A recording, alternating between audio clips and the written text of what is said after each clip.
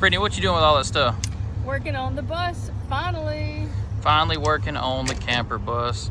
We got a little bit of flooring for the bathroom that we're building in there. And we got, oh yeah, I got a logging chain down there. You can never not have enough logging chains around, especially when you only have 0.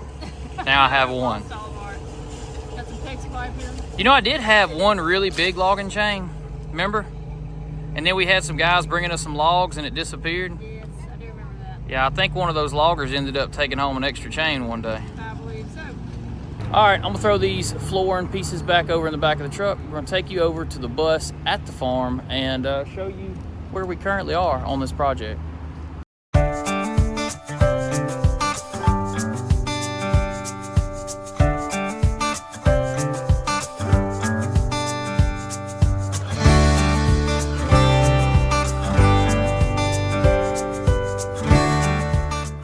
So it got dark on us yesterday when we got back from Lowe's, but we did get the floor put down, and I want to turn it around here and show you guys. Check it out. Don't it look good? So this is actually going to be the bathroom area, well, this will be the shower, and this will be the toilet side. But I think this floor turned out really good. Definitely getting so much closer. I'm going to probably get on maybe Amazon or Walmart today and order us a mattress for the back and a mattress for this bed right here. Still got to get the front cabinets done, the front of the doors on both sides. And right here is going to be the little doggy section. So this will be where Freya and Lovey and Rocky are going to go on a trip with us.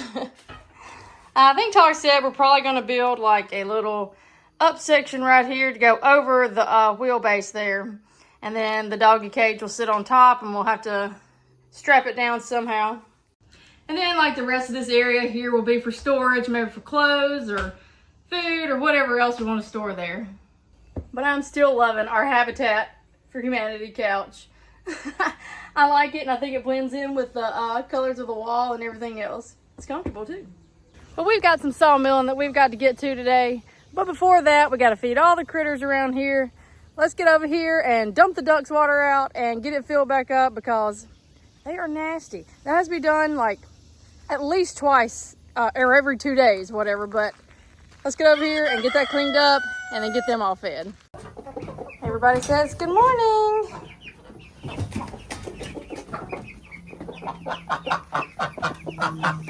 There's Cricket and Mama Duck. Oh, he wants to be recorded too.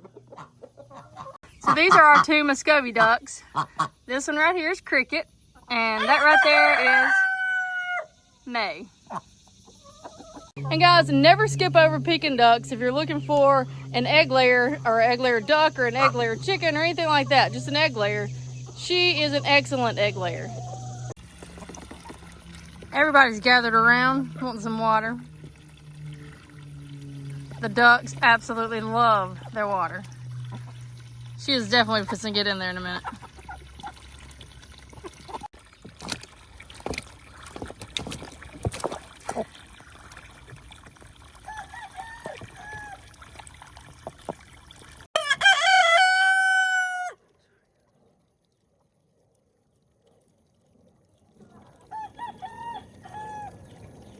May's decided to get in now. Look at her. I get her like a dog biting the water. They're having a blast. Okay, so this morning I've got a custom cedar order. These logs belong to a customer, and we're going to turn them into 1x whatever they'll make. So basically, when a customer tells us that, whatever width, as wide as we can get, probably some 6s, maybe some 8s out of the biggest one, we are about to turn out some 1x cedar lumber.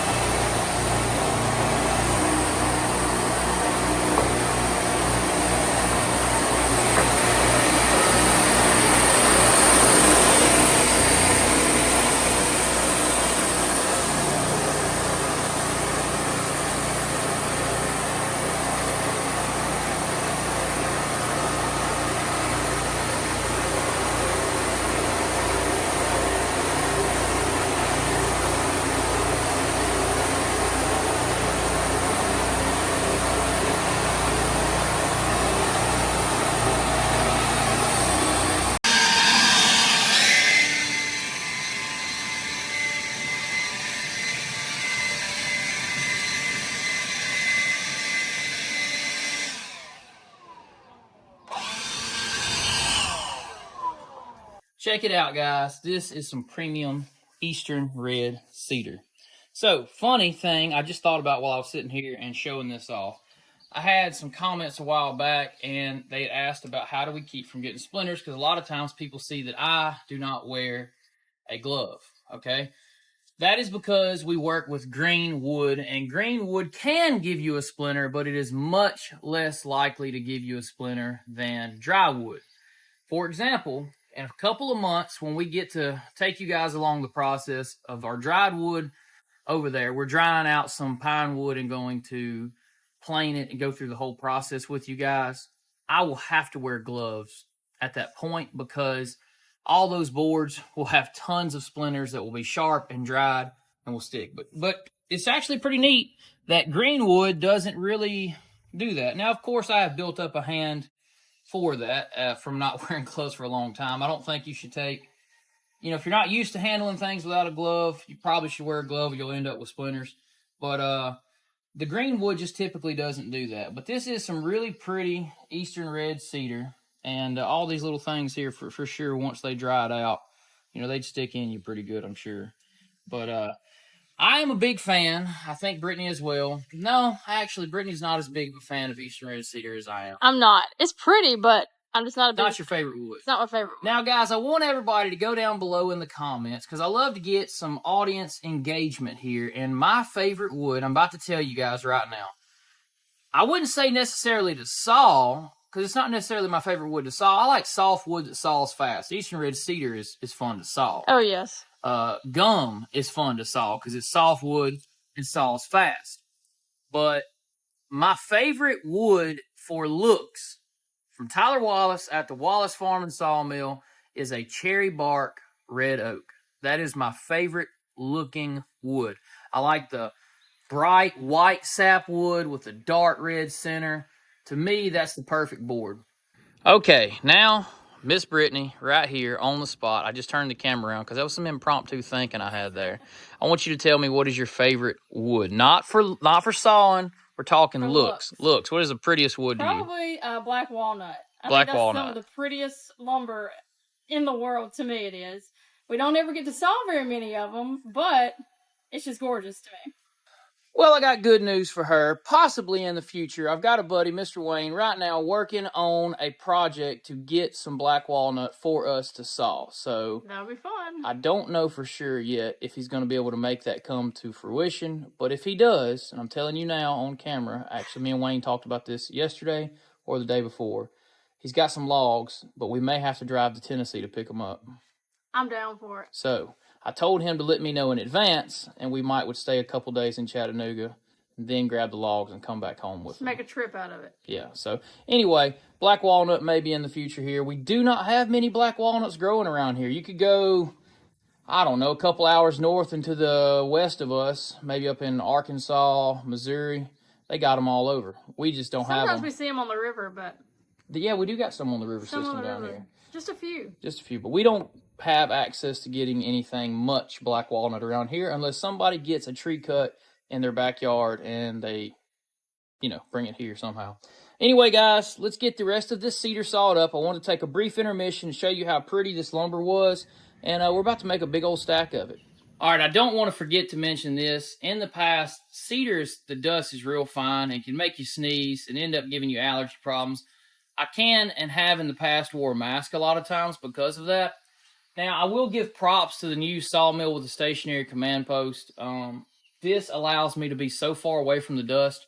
With the stationary command post not being right beside the head while it's sawing, as well as having the dust collection system, it's just really not that bad anymore, is it, Britt? It's really not. So I wanted to go ahead and point that out, that having the system and the way we have it set up now makes it much better on us and probably a lot healthier in the long run. I'm sure. The stationary command post has been very nice. Well, yeah, I mean, we're just never right on top of the dust. I remember I used to have just covered in dust at the end of a day, and I've sawed a couple logs already this morning, and I don't have dust all over me. And plus, the suction system there pulls so much more of that away as well. So just positive from that.